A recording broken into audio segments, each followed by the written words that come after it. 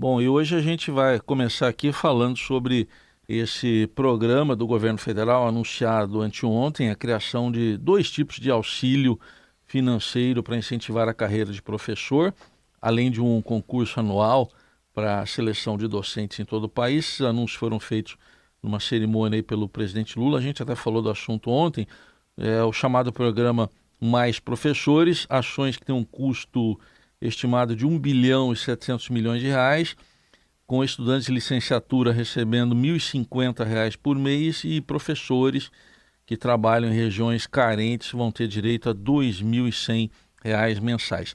Por isso a gente convidou para uma conversa comigo, com a Eliane Priscila Cruz, que é presidente executiva da ONG Todos pela Educação.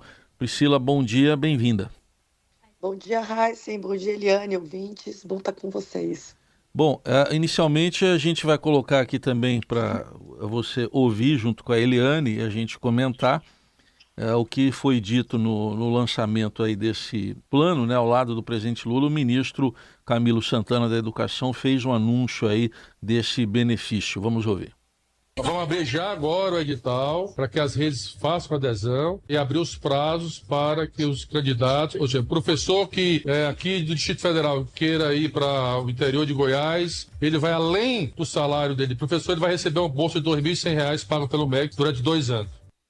E o ministro ainda afirmou que estudantes que fizeram o Enem e vão concorrer a uma vaga na universidade por meio do Sistema de Seleção Unificada, o SISU, vão poder optar pelo PED-meia licenciaturas a partir de amanhã. Nós vamos oferecer para os alunos que tiveram nota acima de 650 pontos no Enem agora, esse Enem que foi realizado em 2024. Sexta-feira, eles vão poder optar, se eles ingressarem nos cursos de licenciaturas, nas vagas ofertadas pelas universidades, ele vai receber, desde o primeiro dia que ele entrar na universidade, até o último dia, uma bolsa de R$ 1.050, R$ 700, onde ele vai poder sacar todo mês, e R$ 350, que será ficado uma poupança que ele só vai poder sacar ao final, quando ele ingressar nas redes das escolas do município do estado. E para fechar, né, ao anunciar o Mais Professores, o presidente Lula clamou por mais cidadãos formados no país. Eu, de vez em quando, fico me perguntando por que tanto menosprezo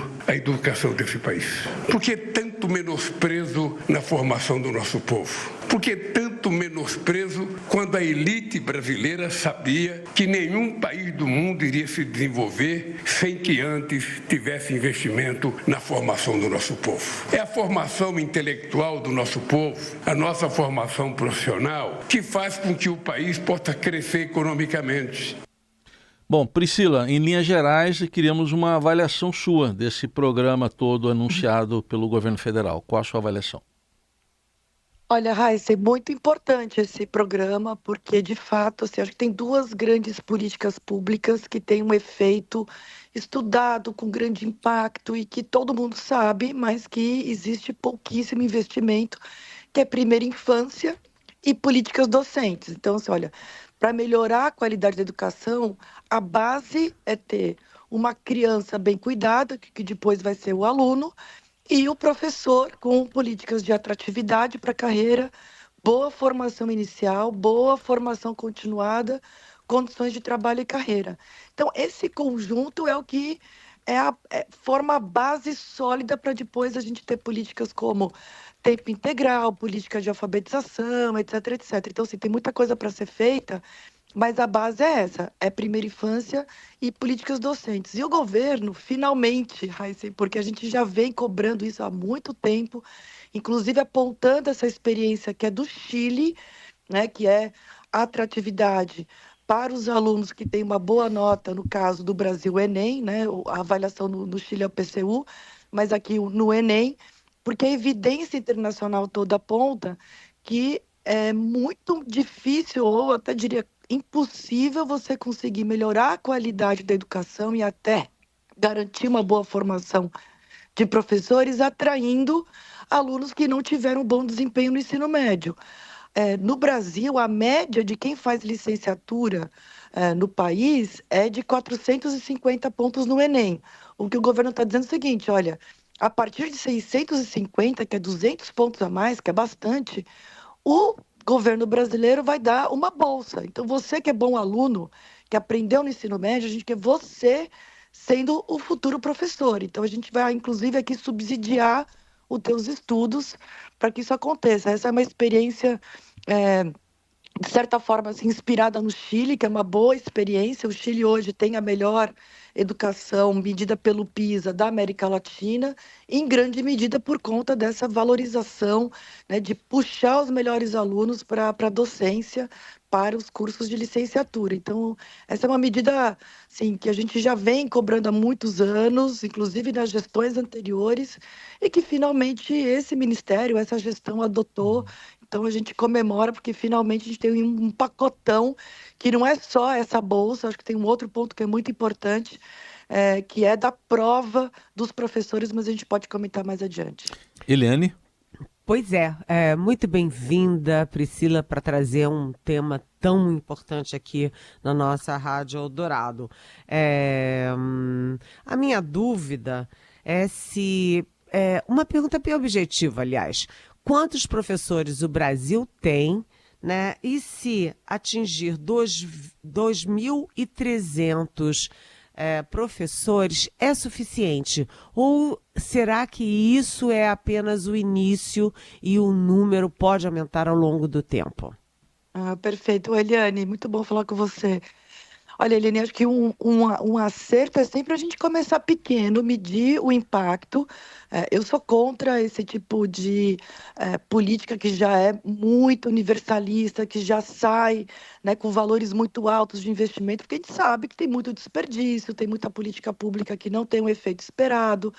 Então, começar de uma forma mais conservadora, medir o impacto, ver se realmente esse recurso está sendo empregado da melhor forma, é a melhor forma da gente conduzir uma boa política pública. Então, o Brasil tem 2 milhões de professores, existe uma ausência mais pontual em algumas disciplinas, como matemática, física e química, um pouquinho biologia também. Então, a gente tem principalmente assim, ciências e matemáticas são as disciplinas que a gente tem mais ausência, então é importante ser mais cirúrgico. Por quê? E por que acontece que essas disciplinas são, a gente tem mais dificuldade de reter esse professor? Porque muitos até ingressam na licenciatura, mas evadem ao longo do curso, porque começam a ver o seguinte: olha, eu sou boa em matemática, eu faço aqui uma licenciatura em matemática, mas o mercado financeiro remunera muito melhor, ou o mercado da engenharia remunera muito melhor, então, que são profissões que demandam, né, esse aluno que tem facilidade, ou que aprendeu, ou que é bom em matemática ou ciências, ele acaba desistindo no meio. Então, ter um incentivo ali, um recurso mesmo para o aluno, sinalizando: olha, ingresse na licenciatura de matemática e se você ficar até o final, não só você vai ganhar um valor mensal, mas você também vai ganhar um valor ao final do curso. Então, começar pequeno não é ruim não, viu, Eliane? Isso é bom, porque também tem que medir o resultado. Será que esse valor é o valor suficiente? Será que tem que calibrar melhor esse valor? Ou tem que ajustar os critérios? Então, acho que é bom começar assim. Tem espaço para crescer, sem dúvida nenhuma, porque a gente não chega a ter um apagão de professores, como muitas pessoas falam. A gente não tem um apagão de professores, mas a gente tem aí, em algumas disciplinas, uma dificuldade maior, sim, de atratividade para a carreira. E, na sua visão, esse programa ajuda a corrigir problemas que já existiam, mas foram aprofundados na pandemia, Priscila? Sem dúvida, e aí eu queria aproveitar e falar um pouco mais sobre a prova, porque, em geral, a gente tende a olhar mais, né, para esses valores, para as bolsas, até porque acho que o Brasil tem uma série de bolsas, então eu acho que é bom mesmo a gente desconfiar, sabe? É muito recurso sendo direcionado, mas esse aqui eu acho que realmente, se tem um que a gente deveria priorizar de direcionamento de recursos em dinheiro mesmo, para incentivo, para criar uma boa indução, é para professor, né? De todos os que eu vejo por aí, esse realmente é o mais importante. Mas a prova, Heisen, para te responder, o que é essa prova nacional de ingresso na carreira docente? Não é uma OAB, não tem um paralelo, mas é uma avaliação de final de curso, por isso que assim, o Enem de professores talvez seja a imagem mais próxima do que ela vai ser. é uma prova que vai gerar uma nota e esse egresso, né, esse concluinte de uma licenciatura vai poder apresentar essa nota, inclusive como substituição a uma primeira fase de concurso.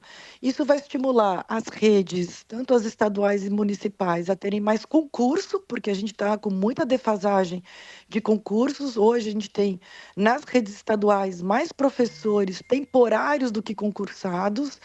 Isso é ruim para a carreira, isso acaba fazendo com que o professor ele seja admitido e demitido no mesmo ano, muitas vezes. Então, ele não tem uma carreira, ele é um temporário, né? Então, não tem investimento na formação dele. Então, isso é muito ruim. Você não consegue conduzir uma política para docentes numa rede estadual ou municipal sem uma continuidade desse profissional na carreira. Então, isso estimula, isso pode ser uma primeira fase de concurso. Então, olha, aqui na rede, por exemplo, municipal de São Paulo, a gente vai querer, como primeira etapa, admitir egressos dos cursos de licenciaturas acima de pontuação X.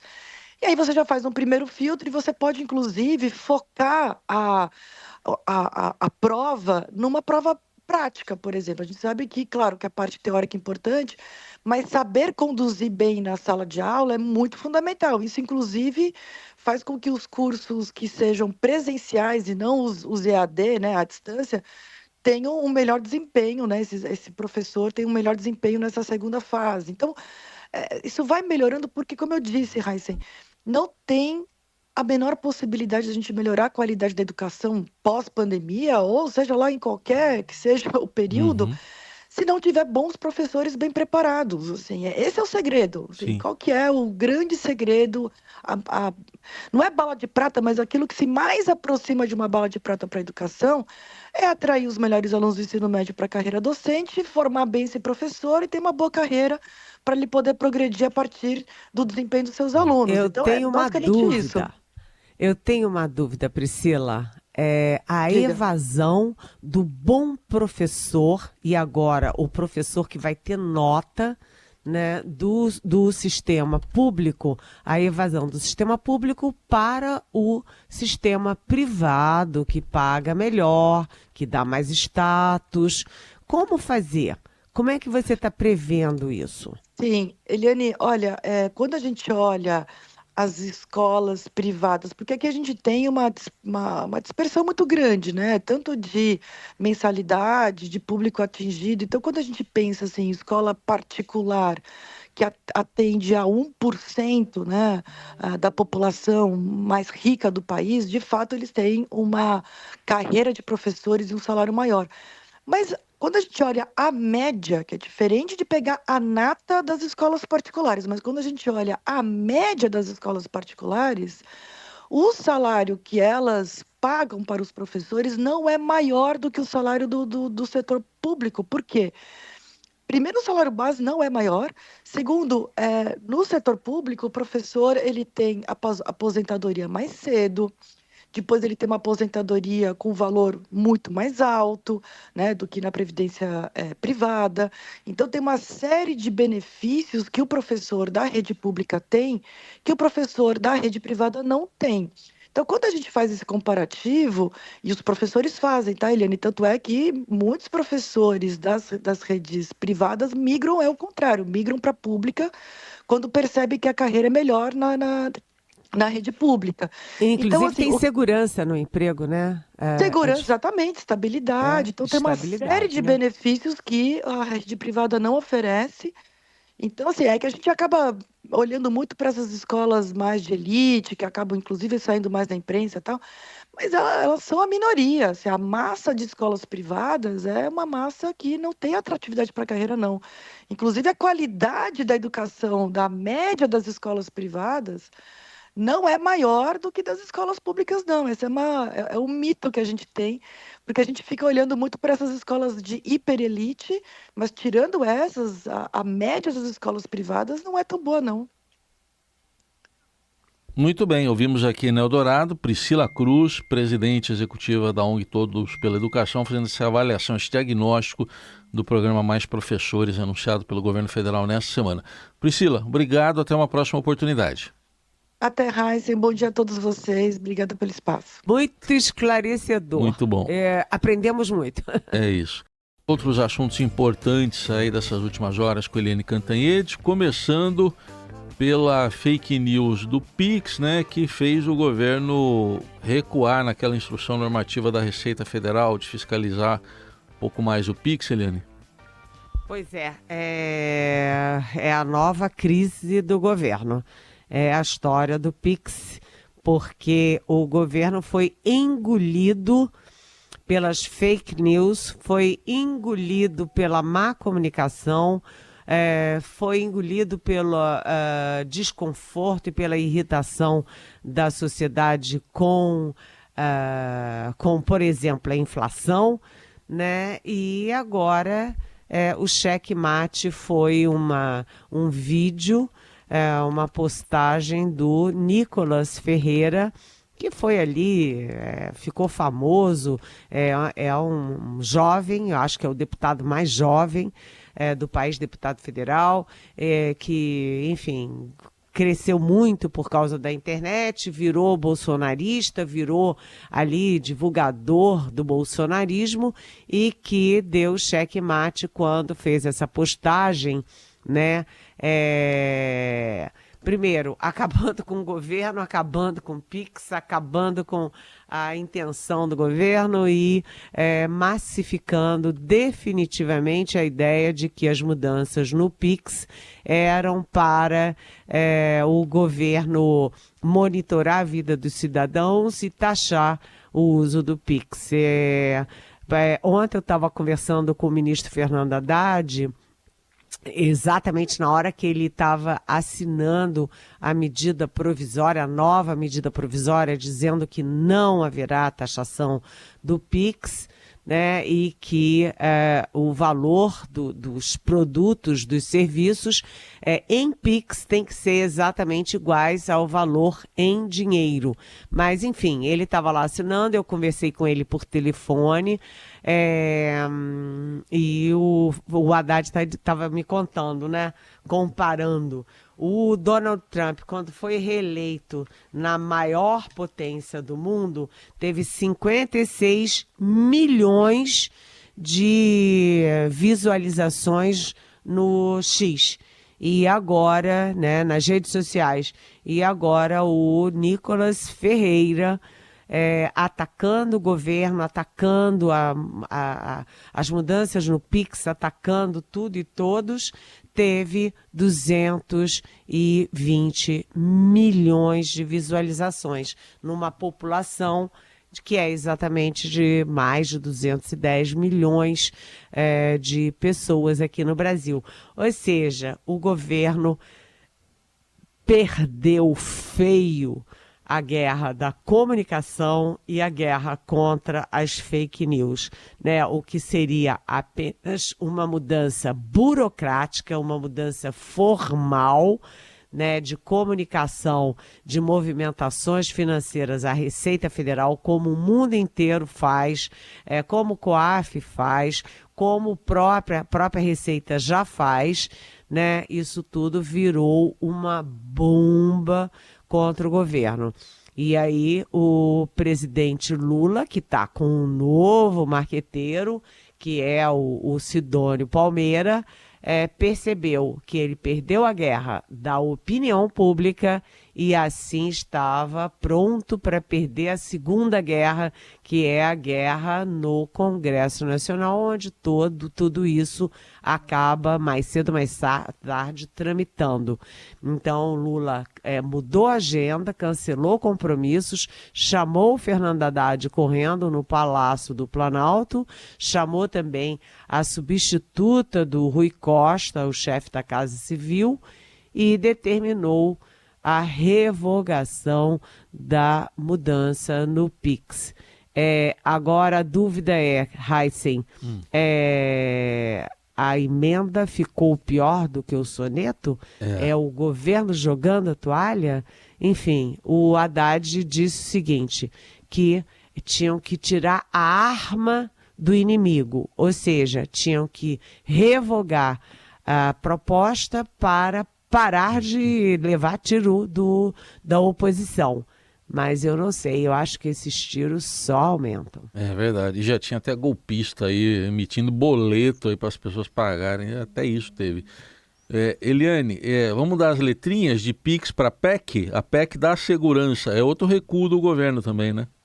Pois é, ontem eu conversei também, e conversei até mais longamente com o ministro Ricardo Lewandowski, o ministro da Justiça, e ele estava animado, achando que agora vai. E ele disse que está, aspas, convicto de que agora, com o apoio dos governadores, com a sociedade mais bem informada, que a proposta, a nova PEC, será a PEC contra a violência, né, a favor da segurança pública, será aprovada no Congresso. Bem, há controvérsias, mas o ministro Lewandowski realmente cedeu à pressão dos governadores, basicamente dos governadores de oposição, basicamente dos governadores do Sul e do Ronaldo Caiado, aqui do Centro-Oeste de Goiás, e fez mudanças que, como nosso tempo está se esgotando, eu vou resumir rapidamente. Primeiro, vai ficar explícito na MP, que na verdade na PEC, Proposta de Emenda Constitucional, que não haverá interferência do governo federal na gestão estadual. Também está sendo criado um Conselho Nacional de Segurança Pública, com a presença, claro, do governo federal, estadual, municipal e também representantes da sociedade civil.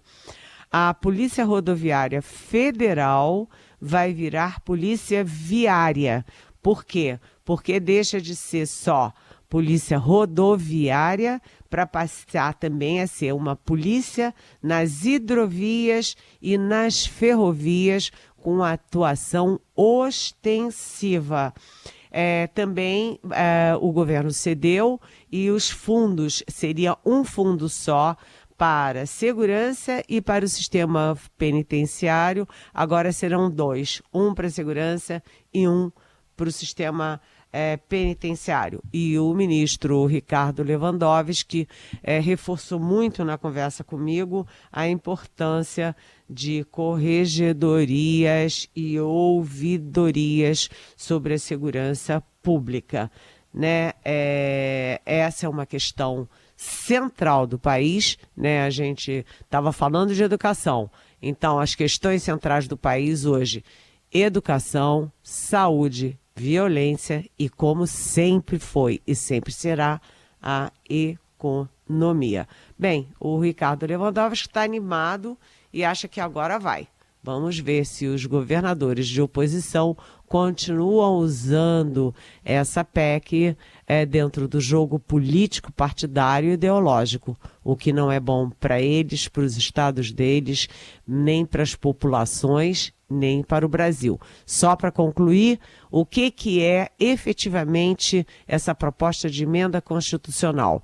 É a facilidade ou a inclusão maior do governo federal, das forças federais como Polícia Federal, Polícia Rodoviária Federal, etc., a Guarda Nacional, na guerra contra as milícias, as organizações criminosas. Por quê? Porque nada disso mais é estadual ou regional. É uma guerra que é uma guerra nacional e eu diria até transnacional. Heissing.